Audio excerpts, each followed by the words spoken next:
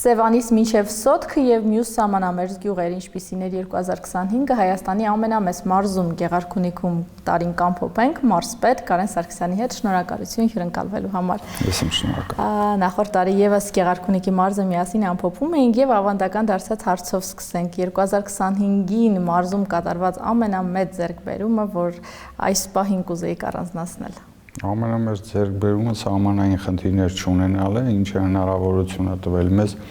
ավելի մեծ ծրագրեր իրականացնել, ավելի երկարաժամկետ ծրագրեր իրականացնել ու ավելի մեծ արդյունքներ ունենալ։ Այս տարի կրակոցներ չեն եղել, տարին անցել է ամբողջությամբ խաղաղ միջավայրում, ինչը նորից կրկնվում մեզ համար լայն հնարավորություն է տվել, որ մենք կարողանանք ամբողջությամբ ընկղմվել մեր աշխատանքների մեջ եւ մեր պլանավորված ծրագրերը իրականացնել եւ իրականություն դարձնել, ինչը այս պահին ամփոփելով տարին, այս պահին կարող եմ գնահատել, որ կարողացել ենք մեր առաջ դրված նշաձողին հասնել։ Հիմա առանցին մի փոքր ավելի մանրամասն սահմանամերձ բնակավայրերից խոսել տասնամյակներ շարունակ, եթե անգամ ամեն օր կամ ամեն ամիս չեն եղել կրակոցներ, ամեն դեպքում նման վախի մթնոլորտում են բնակիչներն ապրել 22 թվականին էլ թերևս մեծապես վնասներ կրեցին մի շարք բնակավայրեր մարզից 2025 թվականը ինչ ազդեցություն ունեցավ կոնկրետ այդ բնակավայրերի համար, որոնք մեծապես 22 թվականին ազդվել էին, ինչ փոփոխություններ, ծրագրեր իրականացվեցին։ Նախ ասեմ, որ այն վնասները, որ կրել էին այդ բնակավայրերը, որոնց վրա հարձակում էր եղել, այդ բնակավայրերում եղած բոլոր վնասները նախ մենք 23 եւ որոշ մասը 24 թվականին ամբողջությամբ ավարտեցինք։ Մենք ունեինք փլուզված տներ, ունեինք վնասված տներ, ենթակառուցվածքներ, որոնց մի մասը 23 թվականին վերականգնեցինք եւ որոշ մասը 24 թվականի առաջի կիսամյակում արդեն իսկ ավարտել էինք ու այդ վնասները ամբողջությամբ վերականգնել էինք։ Տարին որպես այդպիսին հաշվի առնելով, որ որևէ սահմանային միջադեպ, որևէ խնդիրներ չենք ունեցել, բնակիչները կարողացել են իրենց գյուղատնտեսական աշխատանքները, մյուս աշխատանքները կարողացել են հանգիստ պայմաններում ու հանգիստ միջավայրում իրականացնել, ինչը մեր բոլորի կողմից գնահատելի ու տեսանելի է եղել եւ նաեւ մենք ինքներս պետական եւ համայնքային ծրագրերն են կարողացել այդ բնակավայրերում իրականացնել առանց խոչընդոտների, առանց որևէ խնդրի, առանց վտանգների հաշվի առնելով, որ չկան այդպիսիք եւ դա բերել է նրան, որ մենք կարողացել ենք այդ բնակավայրերում ռոռոկման համակարգերի արդիականացման ծրագրեր իրականացնենք, խմելու ջրի օրինակ կարող ենք նշել օրինակներով այս որ բնակավայրերում ինչ ծրագրեր եք իրականացրել, հատկապես ռոռոկման ջուրը միշտ որպես խնդիր նշվում է։ Կոնկրետ ծրագրեր ռոռոկման ու խմելու ջրի ջրագծերի կառուցման ծրագրեր ենք իրականացնել, այսինքն մենք ունենք մեր համար սահմանված առաջնահերթություն, առաջնահերթ իրականացնում ենք բոլոր բնակավայրերին է դա վերաբերվում, առաջնահերթ իրականացնում ենք խմելու ջրի ջրագծերի անցկացման ծրագիրը, համայնքը փորձում ենք դարձնել 100%-ով ջրաֆիկացված եւ հնարավորինս 24-ժամյա ջրամատակարարում ունեցող, նոր դրանից հետո գալիս է ռոռոկման համակարգերի անցկացում, ճանապարհների ասֆալտապատում, լուսավորություն, մանկապարտեզների կառուցում։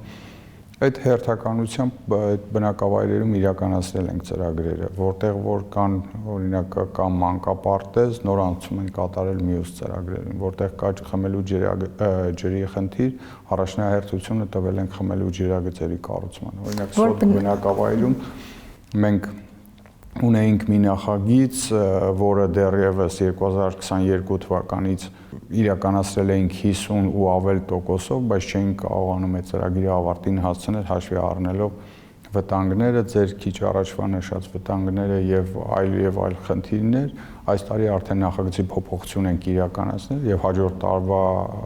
սկզբից արդեն կանցնենք այդ ծրագրի իրականացմանը եւ այդ ծրագիրը կբերի նրան, որ Սոտ բնակավայրը գրեթե 90 եւ ավել տոկոսով ջրաֆիկացված։ Վահան բնակավայրում ենք խմելու ջրագծերի անցկացման ծրագիր իրականացնել, նաեւ ճանապարհի վերանորոգման ծրագիր ենք իրականացրել։ Կառավարությունը արդեն իր որոշման մեջ փոփոխություն իրականացրեց եւ ռոյալթիներից ձևավորված գումարներից համայնքներին մասանում է իրականացում եւ գումարներ են հատկացվում, հաշվի առնելով, որ Սոտքի հանքավայրը գտնվում է սահմանին եւ այդ մասանված գումարներից հենց սահմանամերձ բնակավայրերում պետք է ազդագիրեին հենց սահմանամերձ բնակավայրերը եւ այդ միջոցներով եւս հավելյալ ծրագրեր ենք իրականացրել Սոտքում, իրականացրել ենք նաեւ ասֆալտապատման աշխատանքներ, նոր ՄԱԿ-ի զարգացման ծրագրերի գրասենյակի հետ նոր ամբուլատորիայի, մոդուլային ամբուլատորիա ենք տեղադրել, ծրագրերը բազմաթիվ են։ Պարոն Սարգսյան, քանի որ Սոտքից խոսեցիք, մարզի բնակիչների մեծ մասը նշում էր, որ հատկապես այդ բնակավայրի մարդիկ, որ իրենց համար շատ կարևոր աշխատատեղ էր դա։ Հիմա Սոտքի հանքի մասամբ գործել չգործելը ինչքանով է ազդել բնակավայրի ու մարզի վրա։ Իհարկե իր ազդեցությունը թողել է, բայց այն ժամանակվանից, երբ որ իրենք արդեն անցան փակ հանքի շահագործմանը, այդ ժամանակ կրճատումները բավականին մեծ էին, բայց հետագայում արդեն երբ որ կարողացան այդ անցումը սահուն ունենալ, այս պայի դրությամբ 15%-ով այն ժամանակվանից ավելացրել են իրենց աշխատակիցների քանակը, բայց ու հիմնականում նույն բնակավայրերում ապրող մարդկանց են աշխատանքի ընդունում։ Այսինքն առանց խոչընդոտների հանքը այնուամենայնիվ աշխատում է։ Այո, հանքը իր աշխատանքը շարունակում է եւ անցումից հետո, երբ որ անցան փակ հանքի շահագործման, դրանից հետո արդեն 15%-ով ավելացրել են իրենց աշխատողների քանակը։ Մենք խոսեցինք վնասներից ադրբեջանական ագրեսիայի, որոնք վերաբերում են մարդկանց գույքին, բայց նաև օկուպացիայի հետևանքով այլ կենցաղավարությունը դժվարացնող խնդիրներ առաջացան, արոտավայրեր գնալ, նույն ջրի խնդիր եւ այլն։ 25-ին այդ հարցերի ուղղությամբ քայլեր ձեռնարկվել են, թե չէ։ Մենք 23, 24, 25-ին որոշակի աշխատանքներ իրականացրել ենք այդ առումով, բայց հաշվի առնելով, որ անասնագլխաքանակը տվյալ բնակավայրերում չի ավելացել այն աստիճանի, որ մենք արոտավայրերի խնդիր ունենանք այնտեղ, իհարկե նորից կրկնվեմ, որ այդ տարածքները օկուպացված են, բայց մեր անասնագլխաքանակը այն քանակությամբ չի, որ մեր արոտավայրերը այս պահին չբավարարեն ու մենք դրա խնդիրը ունենանք։ Մարզի տարբեր բնակավայրերի բնակիչների հետ եմ խոսել եւ թերևս մարզում մնալու, լինելու թիվ 1 խնդիր հիմնականում զբաղվածությունն են նշում։ Սոտքի հանքի մասին խոսեցինք, ընդհանրապես մարզում դա գերխնդիր է եւ արդյոք գերակշռող շարունակում է մնալ արտագնա աշխատանքը։ Տեսեք, ես այսպես կձևակերպեմ, նախ ասեմ, որ վերջի 2 տարիների ընթացքում բավականին նվազել է արտագնա աշխատանքի մեկնողների քանակը, չեմ ասի դրանք շատ մի մեծ ահռելի թվեր են, բայց մեծ ազդեցություն թողել են։ Մեր մոտ մենք այս տարի պարբերաբար մարզպետի աշխատակազմը, համայնքապետարանները իրենց սոցիալական էջերով պարբերաբար հրապարակումներ էին անում, թե ինչքան թափուր հաստիկներ ունենք, թափուր աշխատատեղեր ունենք, նաև շինարարական աշխատանքների գծով ու այդ ընթացքում չի եղել մի պահ, որ մենք կարողանանք ամբողջությամբ համալրված լինենք, այսինքն այն շինարարական աշխատանքները, որ իրականացվում են, այն թափուր հաստիկները, թափուր աշխատատեղերը, որ մենք ունենք, չի եղել մի պահ, որ մենք կարողանանք ամբողջությամբ լրացնել։ Ու այդ հրապարակումներով եւս ցույց ենք տվել, որ ունենք մենք աշխատատեղեր եւ հնարավորություն ունենք իրենց այստեղ պահելու ու այստեղ այդ աշխատանքները կազմակերպելու։ Եվ ասեմ, որ այդ ազդեցությունը թողել է, որ շատ արտագնա աշխատանքի մեկնող մեր հայրենակիցներ մնացել են այս տարի այստեղ եւ շարունակում եմ լսել, որ ցանկություն ունեն շարունակել մնալ այստեղ եւ այստեղ այդ աշխատանքները կազմակերպեն, հաշվի առնելով, որ մենք բավականին մեծ ծրագրեր ենք իրականացնում եւ այդ ծրագրերը այսինքն կարճաժամկետ ծրագրեր չեն, երկարաժամկետ ծրագրեր են։ Եթե մենք հիմա մարզում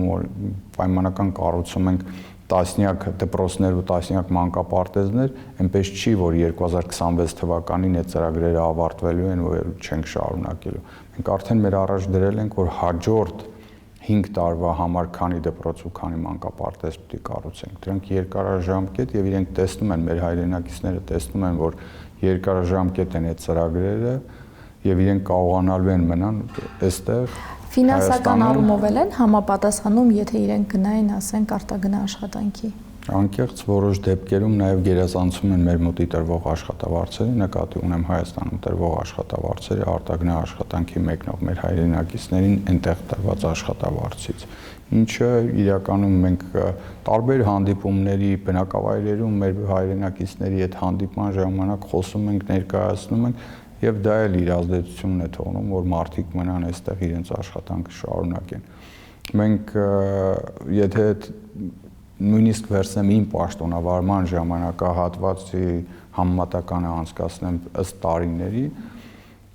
մենք 2025 թվականին, 2021, 2022, երևի թե 2023-ն էլ իրար հետ վերցրած 2025-ին ավելի շատ աշխատանք ենք, ավելի մեծ ծրագրեր են կարողացել իրականացնել, ու սրանք այն ծրագրերն են, որոնք ամբողջությամբ ավարտել ենք եւ կառավարության ու համայնքի կողմից ամբողջությամբ ֆինանսավորվել են։ Նշեցիք դպրոցաշինության մասին, հիմա ավելի մանրամասն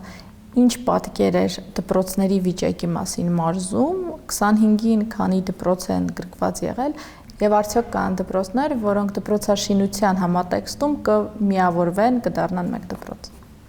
Տեսեք, նախ ասեմ, որ մարզում այս տարվա ընթացքում 63 հանրակրթական ուսումնական հաստատություններում շինարարական աշխատանքներ են իրականացվել, 15 դպրոցաշինության ծրագիր, 8 դպրոցներում մարզադահլիճների վերանորոգում, 8 դպրոցներում ջեռուցման համակարգերի անցկացում, 21 դպրոցներում լաբորատոր սենյակների վերանորոգում, նոր լաբորատոր գույքով կահավորում, 1 քոլեջի շինարարություն, ծրագրերը բազմաթիվ են ու այդ ծրագրերը ամբողջությամբ կարողացել են հսկել ու առաջ տանել, բայց օրինակ եթե վերցնենք 2021 թվականին մենք ունեինք բազմաթիվ դպրոցներ, գրեթե 40-ից ավել դպրոցներ, որտեղ ջեռուցում իրականացվում էր այլ եղանակով, նկատի ունեմ հեղուկ վառելիքով կամ փայտե վառարաններով են ջեռուցում իրականացում, կարող եմ հիմա ասել, որ այդպիսի դպրոցներ մնացել են ընդամենը մեկ ձեռքի մատերի վրա հաշված դպրոցներ, դրանք էլ այն դպրոցներն են, որոնցում կամ կառուցման կամ վերանորոգման աշխատանքներ են այս պահին իրականացում եւ իրանք առաջիկա 26 կամ 27 թվականին արդեն իսկ ունենան լոկալ ջեռուցում կամ այդ ձեր ասած միավորվող դպրոցների ցանկում են եւ կրթահամալիրների կառուցման արդյունքում արդեն իրենք այդ խնդիրը չեն ունենա եւ կրթահամալիրներում իրենց աշխատանքները կամ ուսումը կշարունակեն։ Միավորվող դպրոցների մասով ասեմ, որ բազմաթիվ անգամներ լսում եմ նաև լուրերից, որ տարբեր արձագանքներ, որ արդյոք կարելի է ըստ բնակավայրում 23 աշակերտի համար ծախսել մի քանի միլիոն դոլար եւ դպրոց կառուցել։ Նախ ասեմ, որ իրականությունը այդպես չի, նախ 23 աշակերտի կամ 24 աշակերտի համար չի կառուցում այդ դպրոցը, այլ դպրոցը գործելու է իր ամբողջ հզորությամբ։ Կողքի բնակավայրերի երեխաները եւս հաճախելու են այդ դպրոցը, այսինքն դպրոցը 23 աշակերտի համար չի։ Ու նաեւ տրանսպորտի հարցն ենք մենք կարգավորելու, դպրոցը ունենալու է ժամանակակից տրանսպորտ եւ դրանով երեխաներին տեղափոխելու է դպրոց, որտեղ իրենք կարողանալու են ավելի լավ միջավայրում, ավելի լավ պայմաններում իրենց կրթությունը ստանալ։ Դա երևի նաև կապահովի, որ մի մարզի հարակից բնակավայրերի աշակերտները միմյանց կճանաչեն, կշփվեն, կապ կլինի։ Ինչու՞ չէ, նաև իրար հետ արդեն կարողանան ավելի լավ կրթություն ստանալ, նաև մրցակցության պայմաններում կսկսեն իրենց կրթությունը ստանալ։ Բայց բողոքներ կան այդ առումով բնակիչներից։ Դեռ որպես այդպեսին մենք բողոքներ չենք ստացել, շատ ավելի շատ ուռճացվում է մամուլում, քան թե բան։ Մեր մոտ կառուցվում են 7 կրթահամալիրներ, որոնք տարբեր փնջեր են իրենց մեջ ներառելու։ Կան կրթահամալիրներ, որոնք որ 1 կամ 2 դպրոցներից են իրենց մեջ վերցնելու, այսինքն 1 կամ 2 դպրոցներից են այնտեղ գալու այդ կրթահամալիրում կրթություն ստանալու համար։ Ինչպես բոլոր մարզերում, Գեղարքունիքում էլ ճանապարհաշինարարությունը 2025-ին էլ կրկին գերակա ուղղություն էր։ Հիմա ձեր տվյալներով ինչքան ճանապարհներ կան, որ դեռ ամախիթար վիճակում են ու մասնավորապես ինչքան Երևանից հեռու էին գնում նախկինում դեպի գյուղեր, այնքան ճանապարհների վիճակը ավելի վատն էր դառնում։ Կան այդպիսիք մարզում։ Տեսեք, մենք մարզում այս տարի եւս իրականացել ենք մեծ ճանապարհաշինարարական ծրագիր, մարզում կառուցվել է 128 կիլոմետր ճանապարհ, որից 65.3 կիլոմետրը ներհամայնքային ճանապարհներ են, մնացածը արդեն հանրապետական կամ միջպետական նշանակության կամ մարզային նշանակության ճանապարհներ են։ Մենք արդեն իսկ հաջորդ տարվա համար ունենք նախանշած ճանապարհներ, թե որ ճանապարհներում պետք է աշխատանքներ իրականացնենք։ Դա Ծովինար Կարճախբյուր հատվածի հիմնանորոգվող ճանապարհահատվածն է լինելու, առաջնահերթ հաջորդը Ծովակ Վարդենիս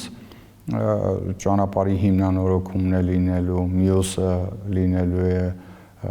Գավառ Նորատուս ճանապարհի հիմնանորոգումը։ Դրանք անմխիթար վիճակում են հիմա գտնվում։ Դրանք այն ճանապարհներն են, որ գոնե այս ընթացքում որևէ աշխատանք չի կատարվել իրենց վրա։ Իհարկե փոխալցման աշխատանքներ, այս պահին իրանք սպասարկման տակ են այդ ճանապարհները, այնպես չի որ անանցանել են, իրենք նորմալ անցանելի ճանապարհներ են, բայց հիմնանորոգման կարիք ունեցող ճանապարհներ են։ Ու նաև ունենք ճանապարհներ, որոնք նոր կառուցվող կրթահամալիրներ, դպրոցներ, մանկապարտեզներ մոտեցնող ճանապարհներն են, որոնք արդեն իսկ ընդգրկված են ծրագրերում։ Այն ճանապարհները, որոնք համայնքային նշանակության ճանապարհներ են, դրանք արդեն իսկ համայնքի սուբվենցիոն ծրագրերում են ներառված, որոնք մարզային նշանակության են, դրանք արդեն մեր առաջնահերթ ծրագրերում են ընդգրկված, որպեսզի մենք 2026 թվականին, եթե դպրոցը ավարտվում է դպրոցաշինության ծրագիրը ավարտվում է 2026 թվականին, մենք պարտադիր ենք 2026 թվականին իրեն մոտեցնող դպրոց կամ մանկապարտեզ մոտեցնող ճանապարհները պետք է ամբողջությամբ վերանորոգված, բարեկարգված լինեն։ Պարոն Սարգսյան, ձեր մարզպետ լինելու 4 տարիների ընթացքում կան ուղղություններ, որ հատկապես ձեզ համար եղել է առաջնային եւ 25-ին այս ճանապարհը շատ կարեւոր էր, շատ էին դիմում բնակիչներ եւ այլն եւ վերջապես 25-ին կարողացաք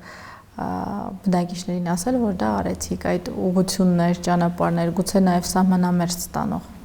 Իհարկե, ես միշտ հավաքագրել եմ այն տվյալները, բողոքներ ասեմ կամ առաջարկներ ասեմ բնակիչների։ Հիմնականում ինչ խնդիրներով են ձեզ դիմում 25-ին։ Տարբեր են եղել, իմ բոլոր նախանշած ծրագրերից եղել են, էլ դպրոցաշինություն, մանկապարտեզաշինություն, ու լսվել է բոլորի բարձրացած հարցերը։ Եթե հիմա չենք անում, ուրեմն պարտադիր մեր առաջիկա ծրագրում ներառված է, ոչ թե զուտ թղթի վրա գրված է, որ առաջիկայում իրականացնելու ենք, այլ հաստատված է այդ ծրագիրը, որ այս տարի մենք այդ ծրագիրը իրականացնել ենք պայմանական 26, 27 կամ 28 թվականին, որ այդ ծրագիրը իրականացվելու է։ Դեկտեմբերի վերջին խորհրդակցության ժամանակ ես մարզպետի աշխատակազմին հարց բարձրացրեցի, թե արդյոք կա մի ծրագիր, որը որ մենք պլանավորել ենք ու իրականություն չի դարձել ու չեն կարողացել այս տարվա ընթացքում այդ ծրագիրը ավարտին հասցնենք։ Դա մի ծրագիր էր,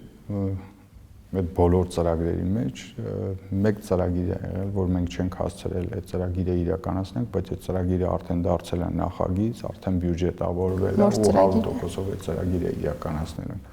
Դա Գավառագետի մաքրման, հունի ամրացման աշխատանքների մասին է եղել խոսքը, որ մենք մեր առաջ խնդիր ենք դրել, որ 2025-ին հասցնենք ավարտին, բայց ցավոք տեղափոխվեց 2026 թվական, բայց 2026 թվականի արդեն բյուջետավորված է ինքը եւ 2026 թվականին այդ ծրագիրը կիրականացնենք։ Ես մեծ ուրախություն էր իմ համար, որ աշխատակազմից չեղավ մի խնդրի բարձրացում, որին չենք անդրադարձել ու այդ ծրագիրը չենք իրականացրել։ Ես ասեմ, որ մարզում այս տարի 300-ից ավել ծրագիր ենք սպասարկել։ Դրանք 300-ից ավել շինհրապարակների մասին է խոսքը։ Եվ կարող եմ շնորհակալություն հայտնել թե համայնքապետարանների աշխատակազմերին, թե մարզպետի աշխատակազմին, գործընկերներին, ովքեր իրենց ջանասիրության, ովքեր իրենց ուշադրության կենտրոնում պահելով կարողացել են այս աշխատանքները ավարտին հասցնել։ Իսկ առանձնացնեք այնուամենայնիվ ուղղություններ, որտեղ չի եղել տասնամյակներով ճանապարհ, շատ վատ վիճակում են, ինչ սովորական մարդատար մեքենաները դժվարությամբ են կարողացել անցնել ու հիմա արդեն ասֆալտապատ նորմալ ճանապարհներ կան։ Իհարկե կան, ներհամայնքային ճանապարհներ են ունեցել այդպիսին, օրինակ Լեռնակերտ Մատինա տանող ճանապարհը, որը ամբողջությամբ քայքայված է եղել ու իրականում փոքր մարդատար մեքենաների համար անանցանելի, որը հիմա ժամանակակից չափորոշիչներին համապատասխան ճանապարհ է, ու ինքը նաև տուրիստական հոսք է ապահովում։ Դա Արմաղան լեռ բարձրացող ճանապարհի մի հատվածն է նաև, որը ոչ միայն բնակիչներն են օգտվելու, նաև տուրիստներն են օգտվելու այդ ճանապարհից։ Պարոն Սարգսյան, իսկ կան բնակավայրեր, որտեղ ընդհանրապես չի եղել օրինակ մանկապարտեզ եւ հիմա 0-ից որոշվել է որ կառուցվի։ Իհարկե կան, մենք ունենք այդպիսի բնակավայրեր, հիմա ավարտին է արդեն հասցվել Գեղամասարի մանկապարտեզը, որը ընդհանրապես չի ունեցել մանկապարտեզ եւ հիմա նոր մանկապարտեզ է կառուցվում։ Ունենք այդպիսի բնակավայր, օրինակ Հայրավանք Բերդկունքի մանկապարտեզը, որտեղ չի եղել մանկապարտեզ ու հիմա 0-ից մանկապարտեզ են կառուցում։ Աստղաձոր բնակավայրը չի ունեցել մանկապարտեզ եւ նոր մանկապարտեզ են կառուցել։ Այս տարվա ընթացքում արդեն 7 մանկապարտեզ, նկատի ունեմ նախորդը 2025 թվականը, արդեն 7 մանկապարտեզներ հանձնել են շահագործման, իրենք արդեն աշխատում են, երեխաները այնտեղ հաճախում են եւ ունենք մանկապարտեզներ, որոնք արդեն ավարտել են աշխատանքները, բայց առաջիկա ամիսներին, մինչեւ մարտ ամսի վերջ արդեն կանցնենք շահագործման եւ այնտեղ մեր երեխաները այնտեղ կուսանեն։ Տեղափոխվենք Սևան, տարին թերևս բացառիկ էր տաք լինելու առումով, նաև Սևանում, որտեղ որպես կանոն ամռանը եւս զով է շատ լինում, բայց այս տարի ջերմաստիճանը բարձր պահպանվեց բավական երկար ժամանակ։ Ինչ ազդեցություն դա ունեցավ զբոսաշրջային հոսքերի վրա։ Իրականում տնտեսվարողները բավականին լավ էին արտահայտվում այդ մասով, որ կարողացել են ներգրավել ավելի շատ զբոսաշրջիկներ ու կարողացել են ավելի շատ թեկուզ ներգնա զբոսաշրջիկների սպասարկում իրականացնել, ինչը իրենց հավելյալ եկամուտ է բերել, բայց ցավոք այդ գլոբալ տաքացումների արդյունքում Սևանի վրա բացասական ազդեցությունը մնում, այսինքն Սևանից գոլոշիացումն է ավելացել, Սևան թափվող գետերում եղած ջրերն են պակասել, բայց դե արվում է ամեն հնարավորը, որպեսզի կարողանանք Սևանի էկոհամակարգը պահպանենք։ Իրականացնելու ենք ծրագրեր գետերի հուների մաքրման, ամրացման, որպեսզի կարողանանք Սևան թափվող ջրերը գոնե որակը բարձրացնել մինչև Սևան հասնել։ Հիմա ամեն դեպքում դեռ կան բնակավայրեր, որտեղի կոյաջրերն են չթափվում Սևանում։ Որպես այդպիսին չկան բնակավայրեր, որոնց կոյաջրերը ուղիղ հոսում են Սևանալիճ, բայց հաշվի առնելով, որ մեր մարզի 70 եւ ավել տոկոս բնակավայրերը գտնվում են հենց Սևանի հարակից հատվածներում, այդտեղից էլ ջրերը մակերևույթային ու նաեւ ինչու՞ չէ գրունտային ջրերը հոսում են դեպի Սևան եւ իրենց հետ տանում են այդ աղբը։ Թեպետ այս տարի եղանակային պայմանները Սևանի համար այնքան էլ բարենպաստ չէին, բայց կանաչապատման մասին, որ Սևանը կանաչում է, շատ մեծ աղմուկ այդ չեղավ։ Տեսեք, որպես այդպեսին Սևանը չկանաչեց, այսինքն չհասանք մենք այդ աստիճանի, որ Սևանը կանաչեր, բայց ծրագրերը բազմաթիվ են։ Այս պայն մարզում 3 համայնքներ, 3 խոշորացված համայնքներ անցում են կատարել մեկ օպերատորի, կոշտ կենցաղային թափոնների կառավարման մեկ օպերատորի, որ այդ 3 բնակավայրերում ձևավորված աղբը տեղափոխվում է Կողոտայքի մարզ եւ այնտեղ կառուցված նոր աղբավայրը, ինչը հնարավորություն է տալիս բացասական ազդեցությունը թույլատրել Սևանի վրա։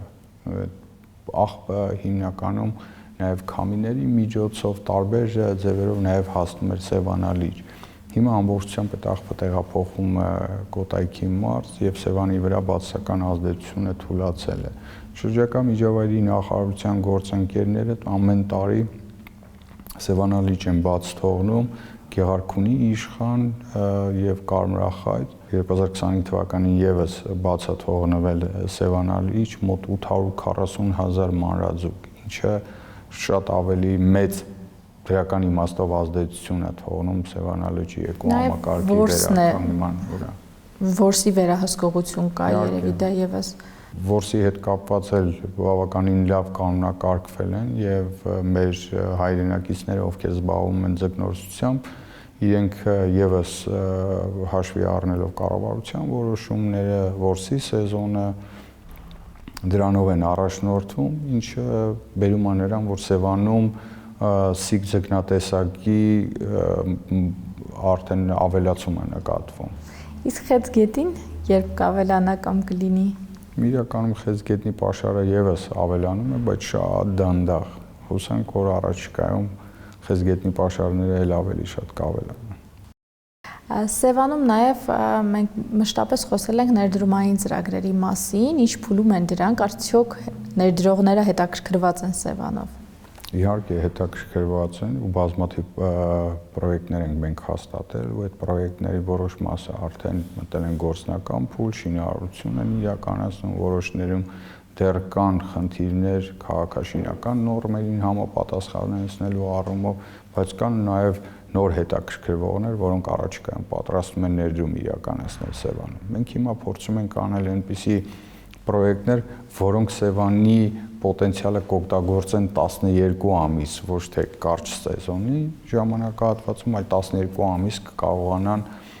օգտագործել Սևանի պոտենցիալը։ Գործադիրը դեկտեմբերի նաև քննարկում էր ինքնակամ շինություններից Սևանը ազատելու արդեն քայլելի գործնական փուլ մտնելու մասին, ընդհանրապես ինչ քանակի ինքնակամ շինությունների մասին է խոսքը եւ այս տարիների ընթացքում ինչ աշխատանքի այդ ուղղությամբ արվել։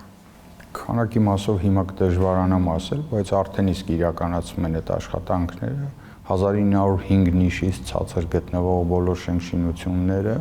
քանդման ենթակա են եւ այս փուլում արդեն իսկ համայնքներում կայացվում են համայնքապետերի կողմից կայացվում են որոշումներ քանդման աշխատանքների իրականացնելու եւ հիմա իհարկե մի քիչ դանդաղ, բայց արդեն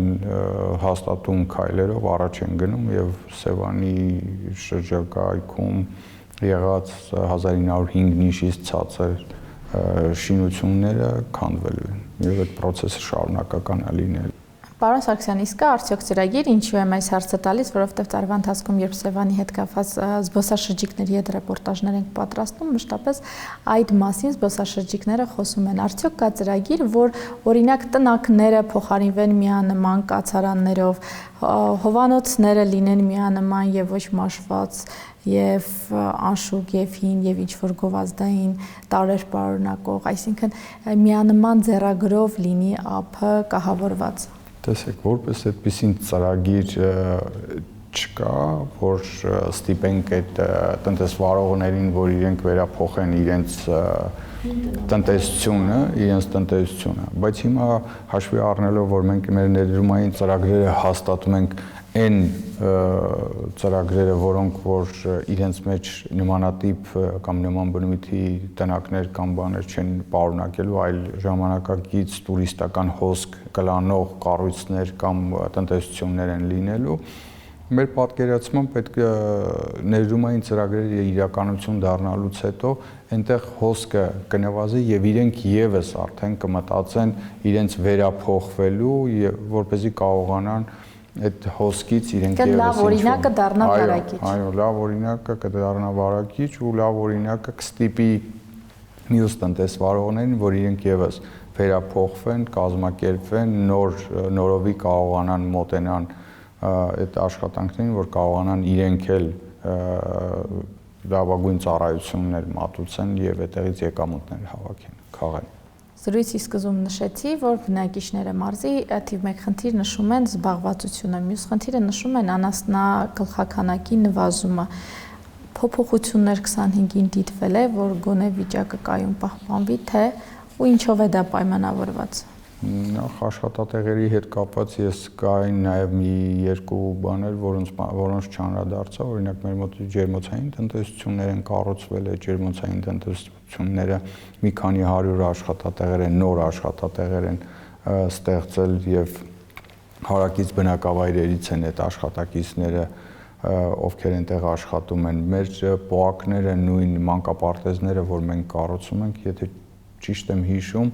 արդեն իսկ նոր կառուցվող մանկապարտեզներում 110-ից ավել նոր աշխատատեղեր է ստեղծվել, նոր աշխատակիցներ են ընդունվել աշխատանքի։ Իսկ գյուղատնտեսության ոլորտում կամ անասնագլխաքանակի հետ կապված իհարկե իրականացվում է ծրագիր, էկոնոմիկայի նախարարությունը այդ ծրագրերը լավագույնս կարողանում է ներկայացնել։ Մեր մարզում արդեն ունենք մի քանի ֆերմերային տնտեսություններ, որոնք լավ օրինակ են, որ կարողացել են տոհմային անասուններ, խոշոր եղջերավորներ ներկրել ու դրանով կարողանում են ցույց տալ, որ կարելի է ավելի մեծ եկամուտ ստանալ այդ ֆերմերային տնտեսությունից։ Ունենք ոչխարաբուծության ծրագիր իրականացնող ու նաև մի քանի տնտեսություն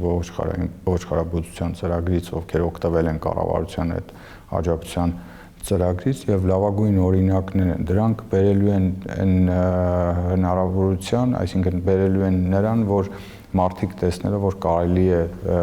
գյուղատնտեսության այդ ճյուղով զբաղվել, այսինքն քանդաղ են, բայց մարդիկ նորամուծության ընթരാճ գնում թե ցավոք իրենց ունեցած այն ավանդական կարծրատիպերից դժվար են։ Ոչ թե այդ նկատի ունեի, այլ ցավոք այն նախորդի իրենց ունեցած այն վատ օրինակներից դեռ վախեր ունեն, որ կարող է հիմա էլ այդ ծրագրերը լավ առաջ չգնան, բայց ունենք տնտեսություններ, որոնց օրինակը ուղիղ մատնացույց անելու է, որ տեսեք, որ ինչպիսի արդյունքներ կարելի է ապահովել ու ինչպիսի արդյունքներ կարելի է քաղել այդ ծրագրից օգտվելով։ Եվ դրանք իհարկե դանդաղ, բայց տանում են նրան, որ մենք գնանք արդեն կայունացնելու եւ մեր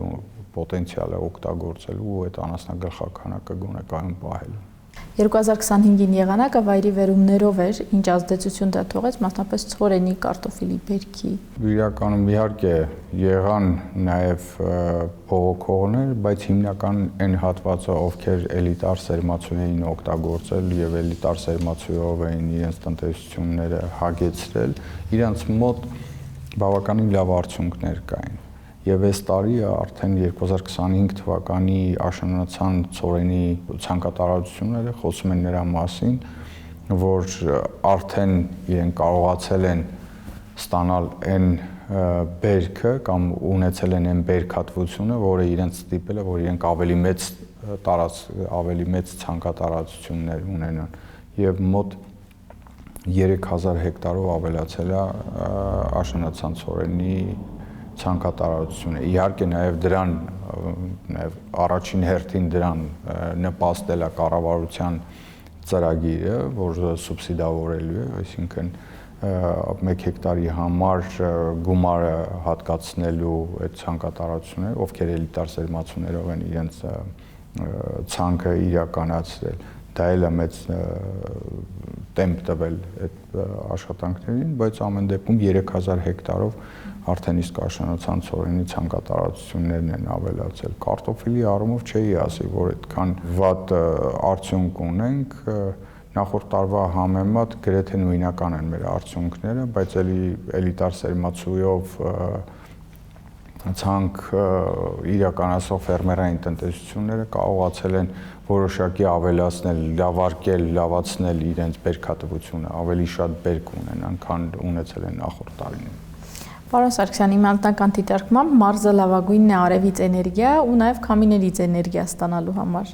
Այդ ռեսուրսը օգտագործվում է թե չէ, ու արդյոք ճիշտ եմ ես, լավագույնն է մարզը իր դիրքով։ Այո, Գեղարքունիքի մարզը տարվա 365 օրերից 320 օրը պարզ արև ենք ունենում, ինչը իրականում մեծ հնարավորություն է տալիս ներդրողներին արևային ֆոտովոլտային կայաններ կառուցելու եւ եթե չեմ սխալվում Գեղարքունիքը առաջինն է եւ Գեղարքունիքում ամենամեծ արևային ֆոտովոլտային կայաններն են տեղադրած։ Ու բազմաթիվ են այդպիսի ծրագրերը, ունենք նոր ծրագրեր, որոնք հողմակայաններ հողմակայաններ այս պահին չունենք, մարզում հողմահացներ չունենք, բայց արևային ֆոտովոլտային կայանների ծրագրերը գնալով շարունակվում ու ավելանում է։ 2026-ին ձեզ համար առաջնային թիվ 1 ծրագիրը, որ անպայման կուզեք, որ կամ սկսեք, կամ ավարտին հասցվի, որ գերխնդիր եք համարում մարզի համար։ Դե նախ ամենաառաջինը այն ծրագիրը, որը որ չեմ հասցրել իրականացնել 2025 թվականին, դա ու բոլոր մնացած ծրագրերը, որոնք որ մենք խոսք ենք տվել մեր քաղաքացիներին, որ պետք է իրականացնենք դրանք։ Չկա այդպիսի մի ծրագիր, որը առաջնահերթություն չունենա մեր համար, չկա մի ծրագիր, որը թողնենք երկրորդական պլանում, թե հետո կանրադառնանք դրան, բայց կան ծրագրեր, օրինակ, որ շատ կցանկանան, որ ավարտին հասցնենք, որովհետև դրանք իրոք մեր բնակչության համար շատ կարևոր ծրագրեր են։ Օրինակ, տրանսպորտի հարցը։ Մենք հիմա ինչ ենք արել։ Մի քանի անգամ մրցույթ հայտարարելու արդյունքում հասկացանք, որ հետաքրքրվածությունը այդքան մեծ չի, որպեսզի սպասարկումները համայնքներում իրականացնեն տնտեսվարողները։ Եվ մենք հիմա ստեղծել ենք փակ-բաժնետիրական ընկերություններ, վերցրել ենք Երևան քաղաքի մոդելը եւ Մարտունիում եւ Վարդենիսում առաջիկայում փակ-բաժնետիրական ընկերությունները կմասնակցեն մրցույթին, եթե չլինի բիզնեսը, այսինքն բիզնես հետաքրքրվածություն չունենան այդ մրցույթին մասնակցելու, այդ դեպքում համայնքները այդ ծրագրին կմասնակցեն եւ իրենք կսկսեն սպասարկումը իրականացնել եւ մեր բնակիչները կունենան ժամանակակից տրանսպորտ, որը իրենց ուղևորը փոխադրությամբ կզբաղվի։ Իհարկե դրանք կլինեն համայնքային։ Ձեր գնահատմամբ 26-ին արդեն ավարտած կլինի, գոնե մասամբ ծրագրի համայնքում։ Ամեն դեպքում իմ սեղանին դրված այն իմ օրագրում ես նշել եմ, որ առաջի կիսամյակում ես այդ ծրագիրը պետք է ավարտին հասցնեմ ու հուսամ կկարողանամ ավարտին հասցնել։ Պարոն Սարգսյան, մարզը նաև շուտով կունենա ստադիոն։ 2026 թվականին նաև կառուցվելու է Մարտունու ֆուտբոլի ակադեմիան, որը իր մեջ ներառելու է նաև ստադիոնը, կողքին կառուցվելու է նոր մարզադպրոց։ Այս պահին նաև կառուցման փուլում է գտնվում, իհարկե այս դեպքում Մարտունու ստադիոնը եւ մարզադպրոցը կառուցվելու է պետական միջոցների հաշվին, մի որոշ մասով նաև մարզադպրոցի մասով մասնավորներ ներգրաված լինելու եւ Վարդենիսում է արդեն իսկ շինարարության փուլում կառուցվում է Վարդենիսի ստադիոնը, այնտեղ ամբողջությամբ մենք հատկացրել ենք, համայնքը հատկացրել է մասնավորին, մասնավորը իր միջոցներով է իրականացնելու, ինչը մեծ հնարավորություն սպասվելի, շատ երկար սպասվելի ծրագիր է մեզ համար, որպեսզի կարողանան մեր երեխաները օգտվեն ժամանակակից մարզադպրոցից եւ կարողանան ֆուտբոլի ակադեմիա հաճախ։ Երևի ամենաուրախը այդ փաստից հենց երեխաներն են, 26-ին մեկնարկում է ծրագիրը, ճիշտ հասկացա, չէ՞։ Այո, ծրագիրը 2026 թվական երևի թե 2027 թվականի առաջի կիսամյակ արդեն ավարտած կլինենք այդ ծրագիրը։ Քանի որ հիմա տոնական օրեր են եւ շատերի մոտ նաեւ արձակուրդային, բացի Սևանից մարզում ուր խորհուրդ կտակ, որ կարող ենք գնալ, տեսնել, ճանաչել, բացահայտել նաեւ Գեղարքունիքի մարզը, որտեղ որպես այդպիսին ուղղություն հիմնականում Սևանն ենք առանձնացնում։ Մինչդեռ վստահաբար շատ գեղեցիկ անկյուններ կան։ Նախ խորհուրդ կտամ Ճամբարակ գնալ, որովհետեւ շատերը միշտ մտածում են, որ մեր սարերը, Գեղարքունիքի մարզում սարերը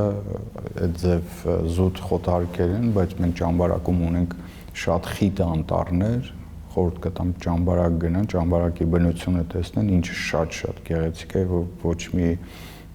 բանով չի զիջում, ոչ Տաուշին, ոչ Լորվան, այդպիսի գեղեցկություն ունի։ Ինչու՞ չէ նաև մեր եկեղեցիները, օրինակ Մաքենյաց վանքը կարելի է գնալ ու տեսնել, որը շատ ինքը իրանից շատ մեծ մշակութային արժեք է ներկայացնում, Վանևան եկեղեցին կարող են գնալ, վանական համալիրը կարող են տեսնել, տարբեր օրինակ քարի ամրոցներ ունենք, որը կարելի է տեսնել, դեպի Վայոց ձոր գնացող կամուրջներ ունենք, որոնք շատ հին կամուրջներ են, Օրբելյանների ժամանակվա կամուրջներն, այդ կամուրջները կարելի է տեսնել բազմաթիվ շատ տեղեր ունենք, որ կարելի է գալ Գեղարքունիք ու տեսնել։ Այդ մասին պետք է նաև շատ բարձրաձայնել, միջոցառումներ կազմակերպել, որ նաև իմանան հասցեները ու մարդիկ կան։ 26-ին ինչ կցանկանաք ընդհանրապես մարզի բնակիչներին ու ընդհանրապես հայերին։ Հաշվի առնելով, որ արդեն իսկ տեսել ենք խաղաղության արժեքը, թե խաղաղությունը ինչ մեծ հնարավորություն է տվել մեզ զարգացման, ինչպիսի արագ տեմպ կարող ենք ունենալ, բոլորին մաղթում եմ խաղաղություն եւ զարգացում, հնարավորություն զարգանալու, կրթվելու, ավելի շատ մեծ ուշադրություն դարձնելու իրենց ընտանիքներին եւ մեր երկիրն ու պետությունը ավելի շատ սիրելու։ Շնորհակալություն։ Ես եմ շնորհակալ։ Զրուցում էի Գեղարքունիքի մարզպետ Կարեն Սարգսյանի հետ։